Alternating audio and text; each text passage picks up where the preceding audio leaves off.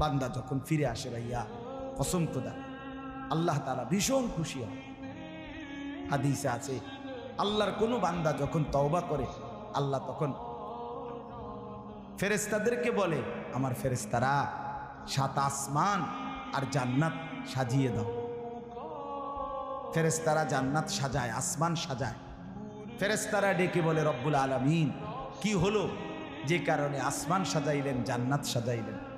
রব্বুল আলামিন তখন বলে, আসলাহাল আবদু মাওলাহু, এক ভেগে যাওয়া গোলাম আজকে তার মনিবের সাথে সম্পর্ক ঠিক করে হয়েছে।